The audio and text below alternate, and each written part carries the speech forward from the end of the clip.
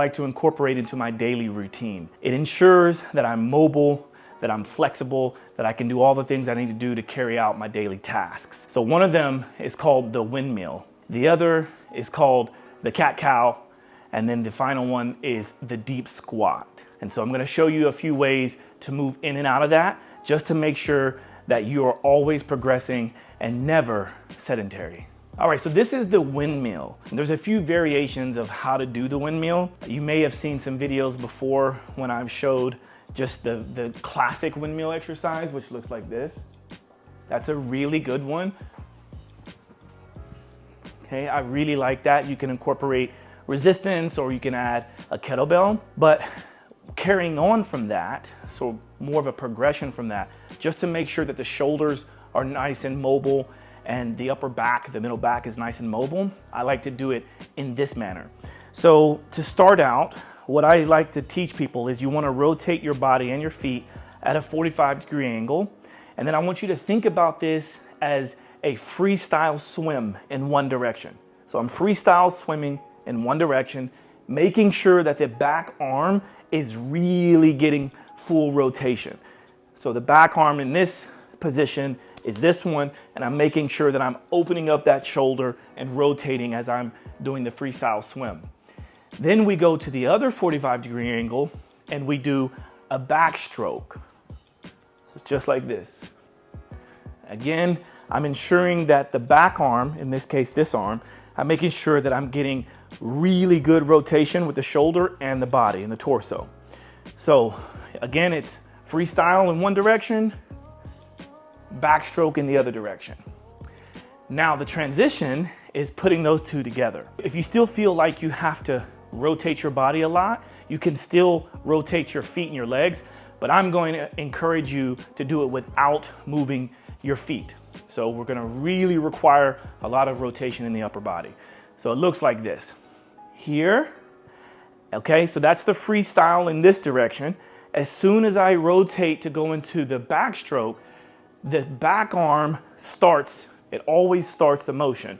So I go freestyle, backstroke, freestyle, backstroke. And then obviously I get a little bit more aggressive with it as my body starts to release. Freestyle, backstroke, freestyle, backstroke. Just like that.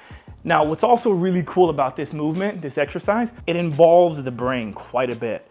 So not only are you getting the benefits from the mobility, but you're also challenging those neural networks in the brain, and you start to find yourself, it gets easier and easier as you go, and then you can start to add maybe a kettlebell or water bottles or something to kind of extend the arm a little bit, therefore ensuring that you're getting even more mobility work within the shoulder region, okay? So that's the windmill, that's a fun one. All right, so now we're gonna go into the cat-cow or cat-camel. What I do here is I like to make sure that I get set up in a perfect square. So I spread my fingers nice and wide, and then I always make sure that my first finger, my pointer finger, is going straight forward, same on both hands, and my fingers are nice and spread. And then with my knees, I make sure that they're as wide as my hands are, and the distance between knee to hand is the same distance. So basically what we're doing here is making a perfect square right beneath my chest, my sternum, okay? And then from here, I wanna also rotate the bends of my elbows. I wanna rotate them forward so we're locking into the shoulders. And then I release into the first part of this. So I'm going to pull my head up, try to take the back of my head to my upper back or to my neck, and then I'm allowing my rib cage and my belly button to drop down. And so this gives me a good amount of stretch within the abdominal region. And then I'm also feeling the compression in the low back, but it's momentary. So this is part one. And then part two, we undo that. And so on part two, what I'm doing is I'm dropping my chin to my chest, and then I'm tucking. So I'm really pulling in my glutes, my hips, and then I'm pushing myself away from the floor, and then I drop back down into the other way. So it's just like this here, and here. Here, and here. And so on each part of that, you should be feeling the opposite effect. So whenever I'm doing the first portion of this and I have my head up, I'm feeling the contraction in my low back. But then when I go into the downward position, the camel or the cow, I'm feeling the release of that or the stretch, but then I'm feeling the contraction of my core when I'm pushing myself way up and dropping my chin. Okay, so you're getting this opposite effect. You're getting a stretch and you're getting a contraction depending on what part of the cat camel or the cat cow that you're doing. So it's another really good one as well.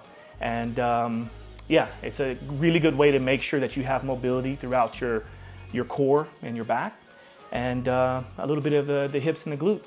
Okay, and then a variation from this, let's say that you are really good at doing cat camel or cat cow. Another way to progress this is to simply stay in the same square position, all sides equal, and then just simply lift your knees 2 or 3 inches above the ground, and then do the same thing. Here and here. And try to keep the knees at the same level, same height above the ground. And what you may notice there is that the workload is a little bit more intense because you're having to try to maintain that core stability, the hip stability. A lot of stability components are involved when you simply take your knees off the ground. So that's another variation of the cat cow or cat camel, and it's very effective. And now we have the deep squat. So with the deep squat, there's obviously different levels in which we can achieve, but I try to get as low as possible. Some people call it ass to grass, but obviously like with the length of our legs and things like that, we're not actually getting our butt to the ground. But what you want to do is try to make sure that your feet are as straightforward as possible, about hip width apart. Some people require a slight turnout, but I don't want to rely on that. Only do that if you absolutely need to. And then what you want to do is sit your hips back as if you're sitting in a chair, and then drop down into a nice deep squat. Now, this is the movement number 1 in my movement analysis pattern. This is a huge assessment for anyone's mobility capability, right? So what I'm doing here is I'm using the back of my arms and my elbows to anchor into driving my knees out slightly. And then I use my hands to increase that pressure outward. So I just go in here like this. It might look like I'm praying here, but really what I'm doing is I'm utilizing my own body to deepen this stretch or this mobility, okay? And so if you wanna create a little bit more out of this, you can stay here for a lot longer. And then obviously that's going to increase the strength endurance requirements. But I usually like to use this as an assessment, as a tool to determine, do I have inflammation in one side or the other? Do I feel myself wanting to come out of this sooner than other times? And if not, if everything checks out, then I extend the time. So I can just sit in here for a while. What you may also do is progress into more movements. So I like to go into rotations here. Again, I'm always using my arm to anchor into my leg. So you can test to see like what arm comes around more. Another thing you can do is drive one knee down so that we can get some internal rotation of this hip, internal rotation of this hip. And then another one I like to do is the helicopter. So I'm coming around, hand down, coming around. So this is also a kind of a fun one. And we can change directions. All of this is from a deep squat. And then if you can get into this, the trick is, can you get out of this without having to put a hand down or without crumbling? So what I'm gonna do is I'm gonna activate my core even more, activate my glutes, and just stand right up. So that's a deep squat. One of my favorite daily practices is just to go into a nice deep squat. So you can meditate from there. You can go into various other movements from there. You can go into a crawling exercise from there. So if I drop down into a deep squat and then I want to progress into something else, I just go right into my crawl, just like that. Okay? So there you have it. So if you want to challenge yourself, maybe give yourself a checklist. Can you do these 3 movements? Can you do them well? If so, then what else can you add into your mobility practice? Check in for more details because I'm gonna keep throwing these movements your way. All right, so I hope you enjoyed it. If you liked it, feel free to share.